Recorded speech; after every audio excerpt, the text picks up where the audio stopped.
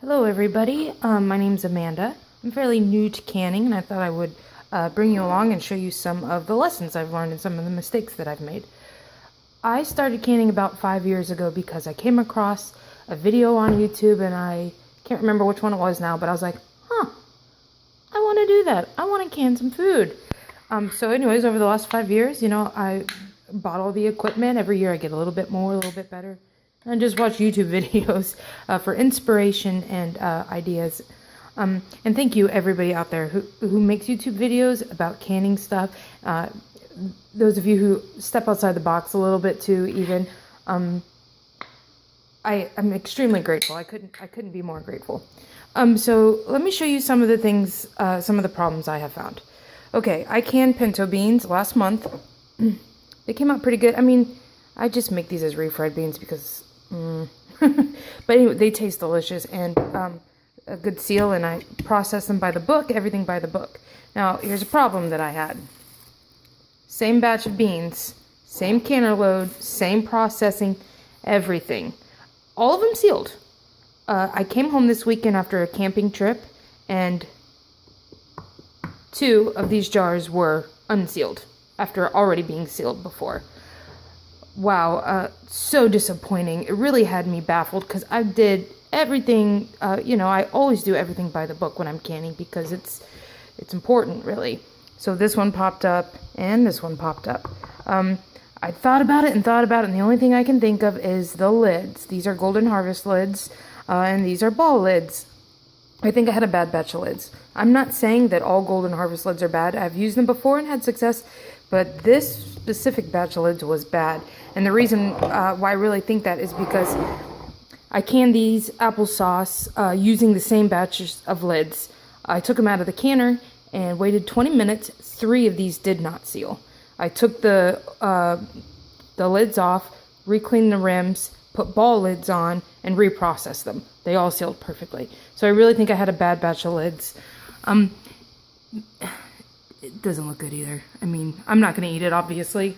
I'm going to throw it away. I'm going to re-sterilize my jars. I'm not going to throw away my jars. Get rid of the food. Lesson learned. I'm going to try again. Okay, so when I came home this weekend, again, this thing of chicken was popped up. I just made these on 11/20, so when I came home yesterday, when I had pulled them out of the canner, they were all sealed. 7 days later, lid popped up. Good reason not to keep those bands on. If I would have kept that band on, it would have had a false seal, because look at it right now, it's not popping up and down.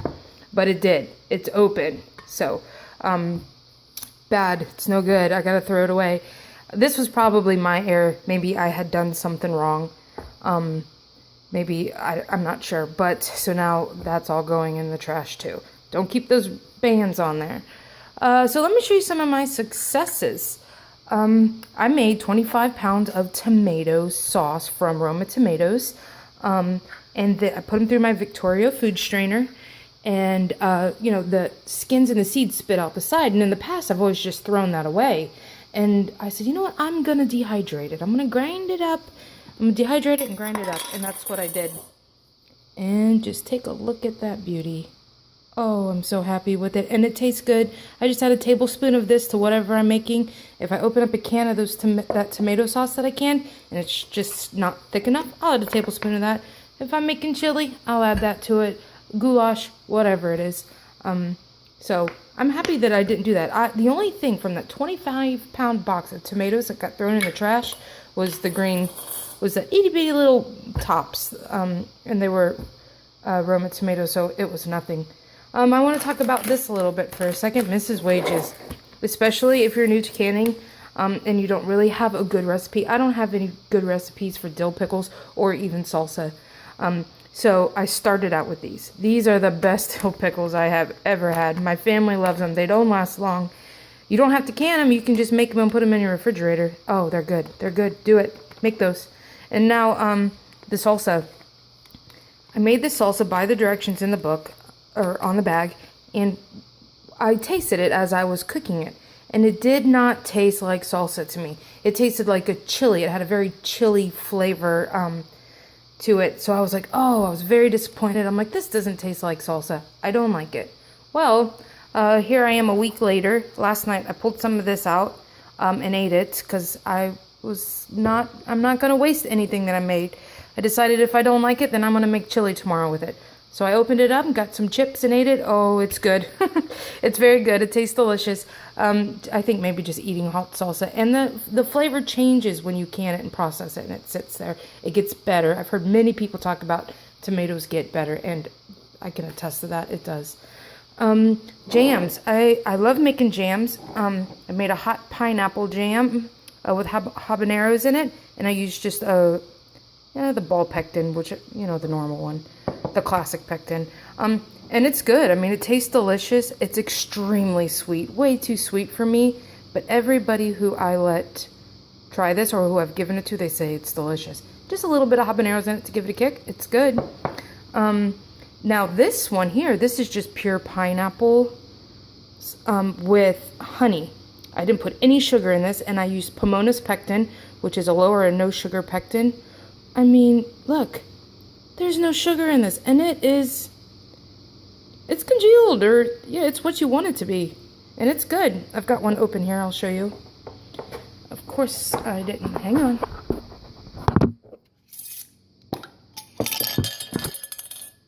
Sorry about that. This is the habanero jam. Look at that. That's jelly. It's really yummy. And then this one, here I go again. Sorry about that, guys. This is the one made with the Pomona's pectin. I believe it was a cup of honey in it instead of sugar. And look at it. I'm so happy. It's not sweet. It actually tastes like fruit. It doesn't taste like a bowl of sugar. It's good. If you guys haven't tried that Pomona's pectin, do it. I mean, you can, especially those who are, watching their sugar or diabetic or something. It's good. Buy that Pomona's pectin. It's a little bit more expensive, but you get more batches out of the box. If that makes sense. So I guess it's less expensive. Whatever you want to call it. It's good. I mean, you put this on pancakes. You can put it on top of your Christmas ham. Oh, it's amazing. It tastes really good. Do it. Make this one too. Some other things that I've canned. Bread and butter pickles. These are also Mrs. Wages. I got a good deal on these at the farmer's market. I got a 25-pound box for $10. Woohoo! Look how yummy. These are good. And then green beans. I always make green beans every year with bacon in the bottom. I process them for the time of bacon. I think bacon and green beans might have the same processing time. I can't remember. I'd have to look in my book. But next time I do these, I'm going to do the bacon, and I'm probably going to put some of my onion powder in there that I made. This is the best onion powder in the world. Take your onions, dehydrate them, make your own powder. The stuff you buy in the store doesn't compare. I mean, when you open this jar and you smell it, it smells like roasted onions. It's very good. Do that too. Do it all.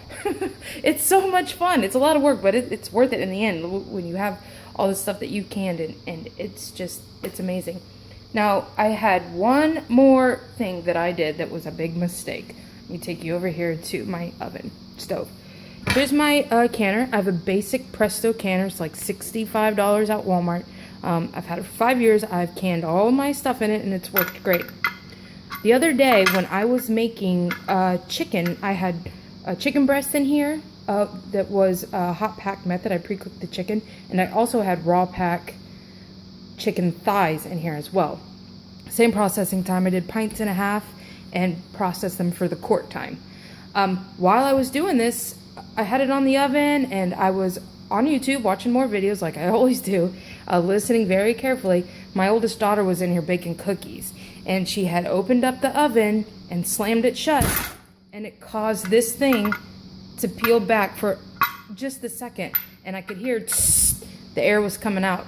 I mean, literally, it was off for 2 seconds, and I quickly put it back on, and it was still rocking. So I was thinking to myself, well, if it's still rocking, it's still at 10 pounds of pressure. I wish I wouldn't have done that. I wish I would have restarted it over again, restarted the whole processing time over again, because now I have 9.5 pint jars of chicken that I'm not going to eat. If I would have just restarted that canner, and the reason why I didn't at the time was because it only had like 15 minutes left on the process. But now I've got, the more I think about it, I'm not going to eat that chicken, and I've wasted all that time by not reprocessing. I should have just reprocessed it. I was thinking about, oh, I don't have enough water in the canner. I should have done it anyways. I'm kicking myself in the butt now. So if you have this on the stove, don't let your kids bake cookies. That's my advice to you. Keep your kids out. You know, my daughter, she's 18. She felt really bad when she did it, and I kind of was like, oh my God. And so she felt really bad, and I felt really bad, and now I've got 9 pint-and-a-half jars of chicken that I'm throwing away. So if anything happens to this whatsoever, restart it over. Don't let yourself go the next day and have to think about it all day long. Did you do it right? Don't doubt anything when you're canning. Do it the way it's supposed to be done. Do it the way your canner tells you to do it. Do it the way the ball book tells you to do it. Don't take anything for granted. I did, and I'm really upset about it now. So I hope you can take that lesson and learn from it. Another mistake that I made is one night I was doing a lot of canning, and I had too many of these, and I had oops, sorry, that's glare. I had too many lids in my warm water, and I had more to do, but it was too late in the day, so I went to bed. Well, I left these in the water overnight, and they rusted. The lid that was on top rusted too. So if you have extra lids, a lesson that I've learned is you're going to bed, take these out, dry them off, set them on your counter till the next day, and rewarm them. So that's a mistake I made.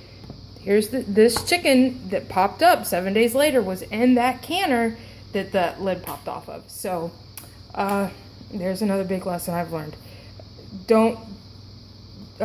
So there you have it. All right, everybody, thanks for watching. If you have any other ideas why maybe that these popped, or if you have any suggestions for me or any comments, please leave them. I love to hear other people's lessons and their successes and their failures, and I like to learn from people. So thank you everybody out there on YouTube who make these canning videos. They've inspired me to do so much, and I really appreciate it. Bye-bye.